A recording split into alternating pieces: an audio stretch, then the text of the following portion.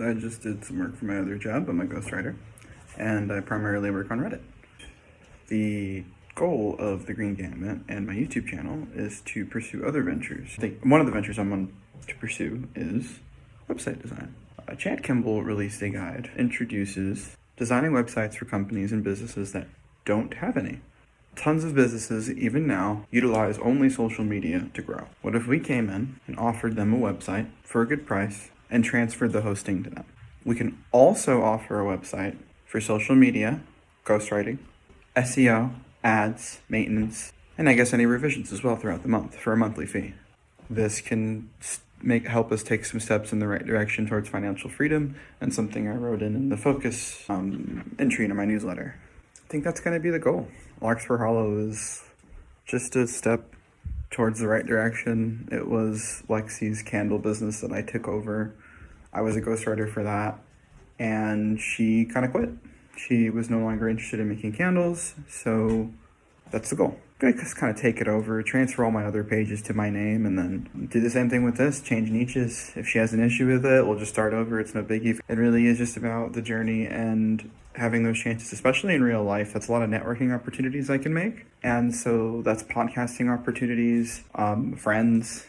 If I end up making an impact, I could do their website down in the future. Honestly, I think another twist to this approach would just be to approach them, do a podcast and talk about how, wow, you don't even have a website. I'm starting out my business, or I'm starting out a YouTube or a podcast with people who don't have websites, and then I could also offer them one. So it's kind of conflicting interests, but they both generate assets that will allow people to see the work I've done and have it breathe a life into its own. Meaning, let's say I do a good job on a project and I put that in my portfolio. That's always going to be there. I can even work on mock projects to fill my portfolio that are passionate, maybe just an idea I've had on a fictional website that I wanted to come to life. We keep iterating, we keep learning website design, and with Chad Kimball's method, you can sell these websites up to $1,000 for business owners. To not get too diluted with the process, a few angles I want to try is networking in general, podcasting with these business owners, or business owners in general, or business owners specifically who don't have websites, and then also offering website designs for them. I think one of the goals one of the fears I have is them trusting me. How can I approach, and that was kind of what Larkspur and all that other stuff was for, was to show that I have work done, or this is something that I've done. I don't know. I don't think we necessarily even need the big startup. We just need to do it. And when we post our podcast, or we post our authoritative content about how to improve your website, or how to, reach out to other people, etc., that could be the authority that we need. It's genuine, it's authentic, and something that, like we mentioned earlier, builds an asset. You can always watch these videos. You can always see the journey if you're interested in it. If you want my help, if you're interested in your own journey, you can see what I did. If you want my help, I can obviously offer it. That's the idea right now behind approaching those businesses. It's funny because sometimes you need a little kick in the booty to get started, and I'm seeing that a bit with this.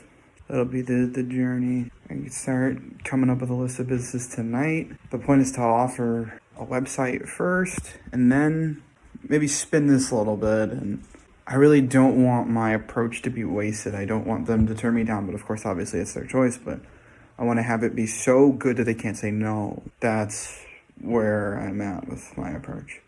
I want them to look at my page and be like, wow, it's really good, and be able to work with that. So that was the point of growing everything. That was the point of writing when I was writing, to show that I could put out good content, put out good ghostwriting content, but people aren't liking it, so it's kind of a problem. And as a result, it's kind of stifling me. That part is less important. It's actually very important, but it's less important in the scope of, until it's figured out, it's not going to look like anything.